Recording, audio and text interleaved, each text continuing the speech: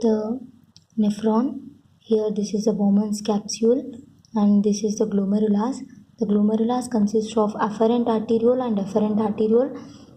For your memorizing, E stands for exit, so the one which exits is called efferent, and various mechanisms will govern the GFR and the renal function. To say for example RAS mechanism.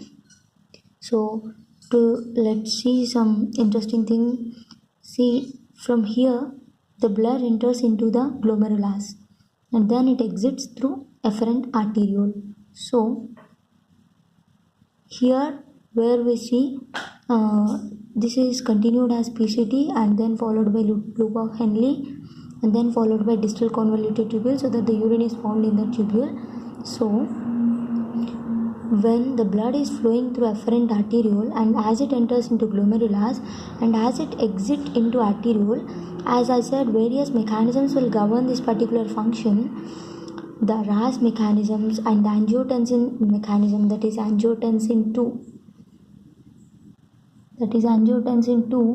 and renin, will start constricting this particular efferent arteriole, so that the blood entered into over here while exiting find some pressure over here.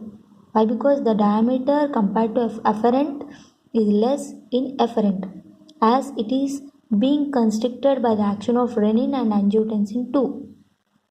So this is how the pressure created, the hydrostatic pressure created in the glomerulus will help the fluid exit from the glomerulus into this tubule, that is the Bowman's capsule. As we also know that podocytes, the slit pores which appear in the glomerular cells, will have greater permeability for the fluids. So the waste along with dissolved solutes will enter into the tubule and thereby further urine formation will be seen. So now let's see why certain drugs such as NSAIDs and also ACE inhibitors,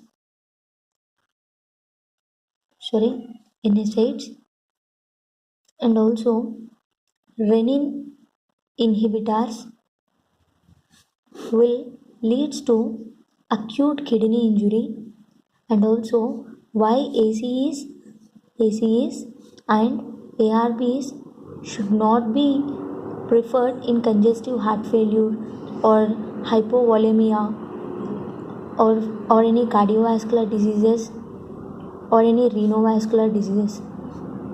Let's see why they are not preferred. Though they are preferred, what they are going to do in this particular thing. So to say for example NSAIDs, you know what, the prostaglandins, not all prostaglandins are bad for our body.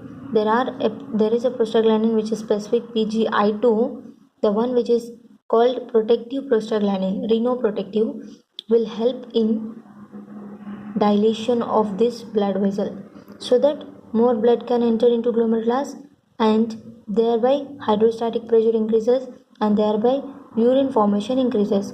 Whereas usage of NSAIDs block the synthesis of prostaglandins, therefore prostaglandin I2 unavailable for the normal functioning of the kidney will lead to acute kidney injury.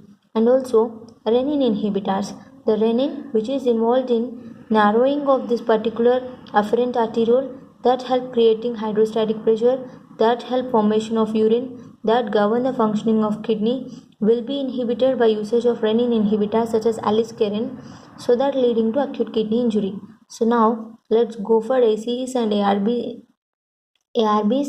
effect in congestive heart failure and hypovolemia and any cardiac diseases and also renovascular diseases. So to say for example ACE inhibitors, the one which inhibits conversion of angiotensin to angiotensin 2 by ACE is inhibited, and ARBs, though the angiotensin is formed, it can't act on receptors, so these drugs blocks that particular action. So now these two drugs in one or the other way will have the effect on angiotensin 2. Therefore similar to renin, as angiotensin is involved in governing the normal physiology of this renovascular functioning, this particular thing is inhibited. Therefore, this afferent arteriole is being constricted further in congestive heart failure or renovascular disease, whereas this afferent arteriole is being dilated. Why? Because the one which helpful in constricting are not acting, as they are being inhibited, so now it is dilated, so no hydrostatic pressure further, and even the fluid get accumulated. So this is how ACE and ARB inhibitors are not good during these particular conditions.